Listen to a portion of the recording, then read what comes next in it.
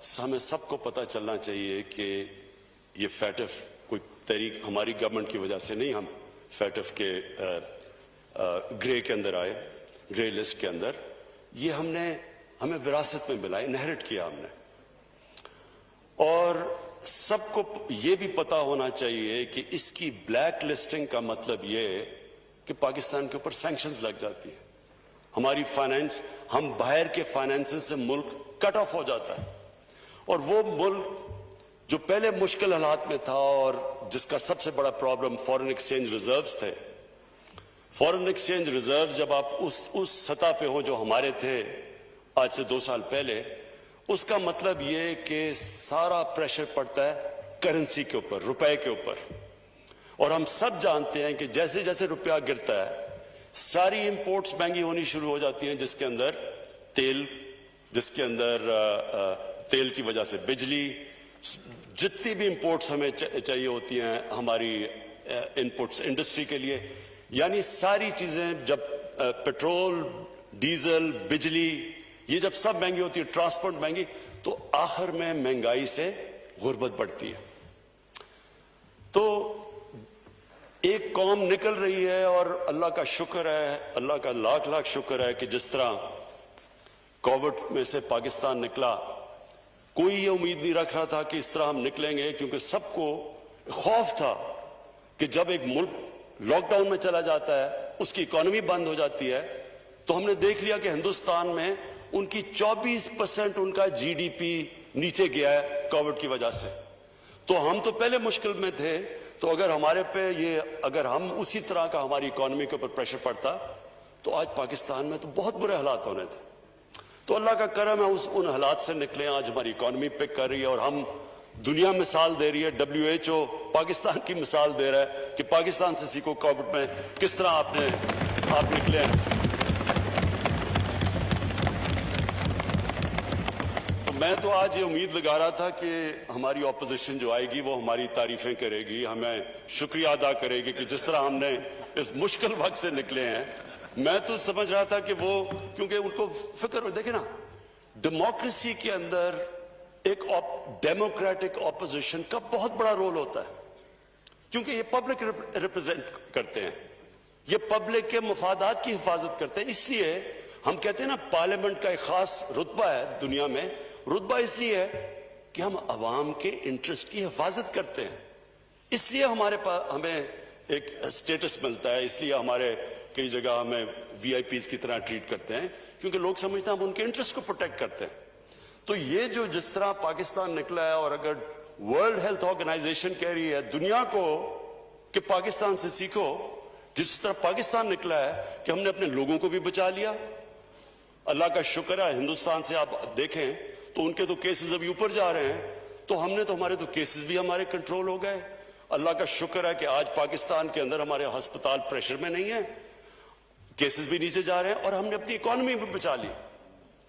لیکن میں نے آج اپوزیشن کا جب رویہ دیکھا تو مجھے جو میرے دل میں خدشہ تھا، جو میرے ان کے اوپر میرے ویوز ہیں، سب اپوزیشن پہ نہیں، ان کے جو لیڈرز ہیں وہ کنفرم ہو گئے. آج وہ کنفرم تب بھی ہو گئے جس طرح انہوں نے فیٹف کی لیجسلیشن کو اپروچ کیا. کیونکہ فیٹف کا بلیک لسٹ میں جانا مطلب اکنامک سینکشنز، اس کا مطلب کہ ہماری اکانومی کریش کرنا، اس کا مطلب روپیہ کدھر رکے گا، 250 پہ 300 پہ ڈالر جائے گا، کسی کو نہیں پتا. کیونکہ ہمارے پاس تو اتنے فورن ایکسچینج ریزروز نہیں ہے کہ ہم روپے کو سپورٹ کر سکیں. تو ان حالات کے اندر ہم یہ امید لگا رہے تھے کہ ہمارے ساتھ مل کے اپوزیشن فیٹف کی لیجسلیشن اس لیے پاس کرے گی کہ یہ پاکستان کے لیے ہے، ہمیں کوئی ذاتی فائدہ تو نہیں ہے. لیکن آج جس طرح انہوں نے نہ تو شکریہ ادا کیا ہمارا کہ جس طرح ہم نے بچایا پاکستان کو گورنمنٹ نے کووڈ سے، بلکہ میں نے تو ان کی تقریریں سنی تھی، مجھے مثال دی جا رہی تھی نریندر مودی کو دیکھو اس نے کیسے لاک ڈاؤن کیا ہے. مجھے یعنی جس طرح کی تنقید، کسی نے کہا FIR کاٹ دو، کوئی لوگ مارے تھے تو انہوں نے کہا جی اس کے اوپر FIR کاٹ دو. تو وہ کرتے اتنی، یعنی جب تنقید کی تھی تو اگر اللہ نے کرم کیا تو ان کو پھر